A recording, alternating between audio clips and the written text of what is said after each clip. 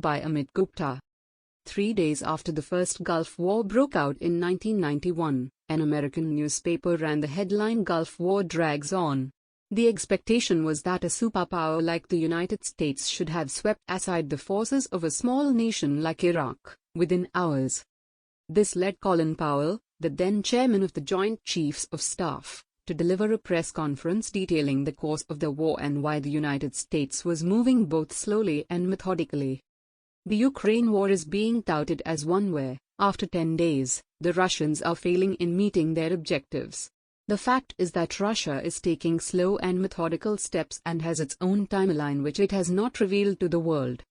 Further, the Ukrainian government, the country's social media, and the global press are reporting the war from the Ukrainian perspective and have thus handed the information war to Kiev. Ukraine's information war. Thus we are led to believe there is the ghost of Kiev, a fighter pilot who has shot down 6 to 9 fighter jets. This is probably exaggerated because if the Russians feel confident enough to line up a 64-mile convoy, it means that they have air superiority. In fact, all the footage we have seen on the war is from the Ukrainian side suggesting that the Russians are taking heavy casualties.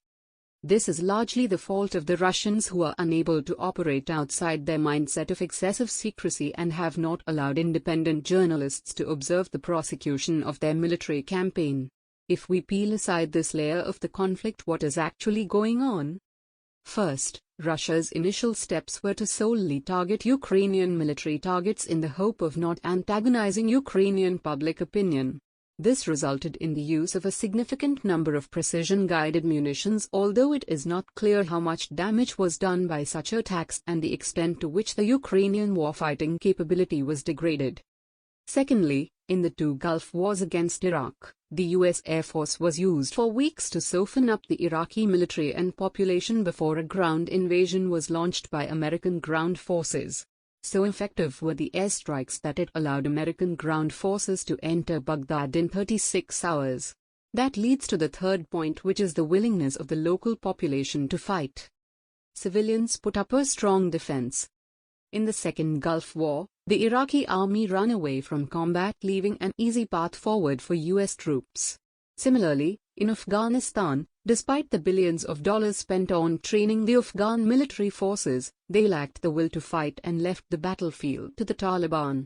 The difference in Ukraine is that the local population is fighting back, and that always makes it difficult for an invading force. The problem for the Ukrainians is that the West never delivered large enough supplies of advanced weapons to make the fight even more costly for the Russians, and now it is not clear if the Ukrainians will have to pay for what has been given to them to fight what is in part the West's war against Russia.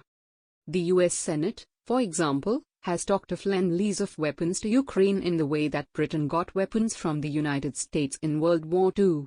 For the record, it took Britain till 2006 to pay back that debt.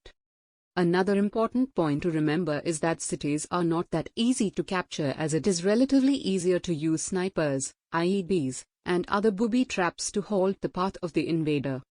Stalingrad, despite the best efforts of the Germans, was never surrendered to the Wehrmacht, and, in subsequent assaults on Germany, the Soviets found out that such attacks led to high casualties against them, leading to a dislike for fighting such kinds of wars.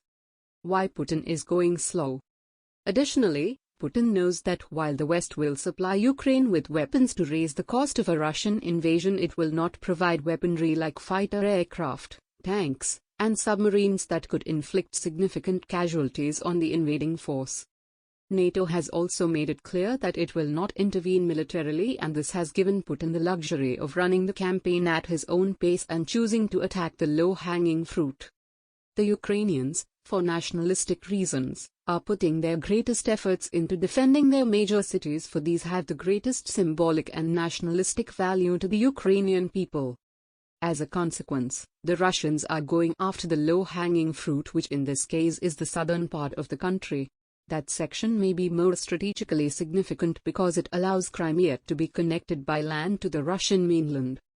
Further, if the Russians can grab the port of Odessa, then that takes away a major maritime access for Ukraine. It is too early to assess the cause of the Ukrainian war, but it should be pointed out that the Russians did not invade without a strategy.